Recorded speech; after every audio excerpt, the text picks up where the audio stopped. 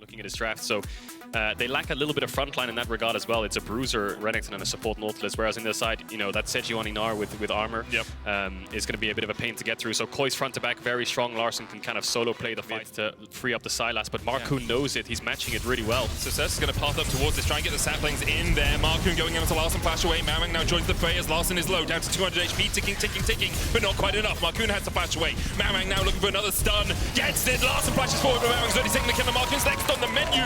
2 to Koi in the mid lane. They read the play, but Sylas Sejuani level 3 is so strong. Double melee means they can lock up a singular target. DOS finds Comp, no flash. Comp really doesn't have anywhere to get out of this one. Flash forward from Exakick, and the SK bot lane is off to the races. They've been so dominant throughout the course of the split so far, and they're continuing those winning ways. So SK, Sertuss then has to give up the push, and I think that looming threat is what Koi play off of. Sertuss trying to dodge to the side, but he gets knocked up with the Arctic Assault, and you just can't escape the looming threat that is Malrang once again. 2-0-1 now on the board. Yeah, they have bot push this whole game as well. Szygenda's just your vision control tends to stick around a little bit longer when you put those wards down. Larssen tried to trade with Sertuss here in the mid lane. Malrang looking for that flank position, that gank position once again. The dive has been called. They have not really got a wave, it's just a gank really. He's not going to be able to hit the Q, but he can hit the slow. And there's the root as well. We don't really need to hit the Q when Sertuss has nowhere to move. Malrang takes it again. Yeah. A flail of the Northern Winds enough to secure that kill. Mostly towards mid-bot side, where Malrang would like to focus on things like the Java, and will get spotted on that pink on the invade. Markoon is level 7, so in terms of experience, he's there, but now he's spotted coming through lane. Just all in the bot lane. There's the Nature's Grass as well as they look to try and lock down Comp. No flash, has used the Ghost, but the Nature's Grass, oh, he dodges just between them. Depth Charge and the Featherstorm. 2 more ultimates invested, but enough to secure the kill. Just out of range. I think it ticked off. Find their mark. Now, Larssen and Malrang are working their way down towards this bottom lane. Trymbi here as well will be spotted on a ward. Markoon, though, waiting for Comp. Goes in immediately. Nature's Guard's going to try and knock him back with the Bramble Smash. The hook goes short as well, and Comp's able to walk away. Malrang coming in alongside Larssen to ruin SK's day. 2 quick kills over to Koi. DOS forced to walk back to safety. Mid-jungle covering the play. They knew the only option SK had. Sertuss has 1 wave of push. Do something somewhere, right? Yeah, he's just saying irrelevant. Just push the wave. Let's just try to dive this guy. It's the only option we have. Nature's Guard's going in. Szygenda only halfway towards the Mega Gnar. Tries to get underneath the tower, but can't get there quickly enough. The Cole, the Meek, will do exactly that as Irrelevant picks up his first draft. That you go for a different sort of draft. You go for an early win con, and it doesn't work. You still have 2 options, 2 chances to get back in. Even if you lose this series, you still have another chance. They really want to force it. Irrelevant looking for it. Malrang over the wall. Markoon on the chase there. Trymbi not in the best of positions, but SK trying to collapse instead onto Larssen towards the top. Now Larssen has the depth charge and has a flash. Markoon's isolated down towards the bottom side as Comp tries to join the fray. Nature's Guard's coming out, but SK, they're just all over the shot. In the end, they are able to engage onto Trymbi and find 1. Meanwhile, Szygenda still pushes in the bot lane and gets the tower there. SK get 1 kill out of it and lose the tower. So they got Trymbi in the end, but the target selection has to ult. You're going to have to back anyway and you lose tempo, right? So I think just going cross map is good. Does everybody have a wave to play on?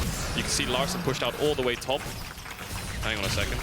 Exakick has the Featherstorm, has the flash as well. We'll use the Featherstorm first. Larssen still chasing him down, though. Counter Featherstorm from Larssen to dodge away from the root call, and Nature's Grasp will lock him up. But nicely played there by the Koi mid laner. That's exactly what would happen if they went towards Drake. Now they'll get mid tier 1. They have no... They might even... Pleasure Prison goes between the uprights, but Sertuss still not in a good position at all. TP coming out as SK look for a fight in the mid lane, but the tower's already fallen, and Malrang is still full. Whatsoever. Maybe we can take this blue, but yeah, they need to look for a fight soon. It's only going to get worse. It's Malrang versus the world right now. Exakick tries to step forward. Comp immediately opens up on him. Depth Charge going out. Comp's still knocked up. Markoon coming in as well. The Nature Prison's going to land. At the moment, it's a 4v3. But they're just retreating, and the Ignite ticks, and Trymbi takes a kill. Larssen now looking for the flank. TP available for Szygenda if he wants to join the fight, but doesn't even need to. They just don't have damage. No one could do anything. Malrang's lost, what, 10-15% of his health bar, and that just came from a sapling off the end of it. Now they're going to force Nash. SK, yeah, there's nothing they can do. Maybe if Markoon can get... They don't have any blue orbs. There's no way he can get towards this pit. Larssen will zone him away.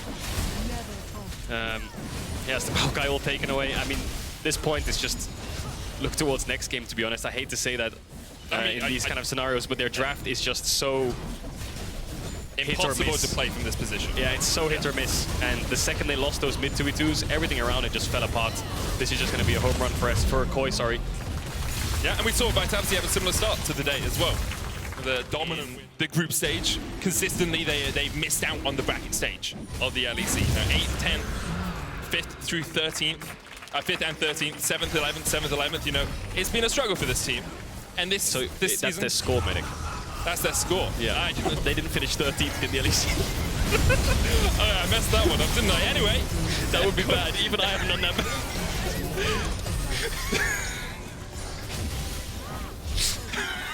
Can you please say something? They finished 9th. No, but now they finished 3rd. So they're a top 3 team coming team in this series. Medic's losing it next week. He's gone. This might have to be a solo cast. Yeah, they were a top 3 team. Benny would have covered. No, I can't control it. I'm sorry. We're all good. We're all good. Yeah, you're looking for a play. It is the Hail Mary for SK. Just look for something. Try to kill someone. Stop this siege. Irrelevant trying to fight Szygenda down towards the bottom side, but Koi can just close in once again. Exakick coming in.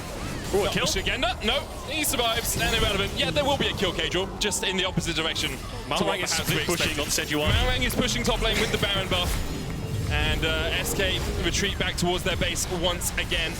A member down, a player down right now, and perhaps a game down in this series as Koi will push in 2 waves. Szygenda TP up towards the top side. I mean, you can look for something, but what have you got? You've got no flash on DOS, you've got no depth charge. Larssen steals away the Nature's Grass just to force you away from your own base, and you can't even defend against the power of those roots. Yeah, 3 nibs will go down. It's just a case of whether Koi just want to be greedy and stay in now, or if they want to base off these 3 nibs. Looks like they're being a bit greedy. Yeah, Larssen pops a stopwatch, but Sertuss almost goes pop underneath the towers. The Baron buff continues, cannon minions pushing in, and SK cannot defend. Trymbi tanks up a couple of tower shots, but that's all the damage he's going to take in this fight as the Nexus towers fall. And even with the roots coming back from that Blade Caller, SK might try and defend. DOS gets hooked up there. Sertuss going in as well. The Feather Storm being used, but once again, Koi just unkillable. You just can't kill him. Even at their own fountain, SK cannot find purchase in the game as Koi go 1-0. A lot to think about there for SK. Their draft just didn't really have any life, a little bit lifeless, I think. There was nothing really to play for. Mid lane fell apart, the map fell apart, and you can see from that point onwards there was just no crawling back unless there was any major mistake from Koi, but there wasn't. Very experienced team. They know exactly what they're doing in those kind of game states, and in best of series, they're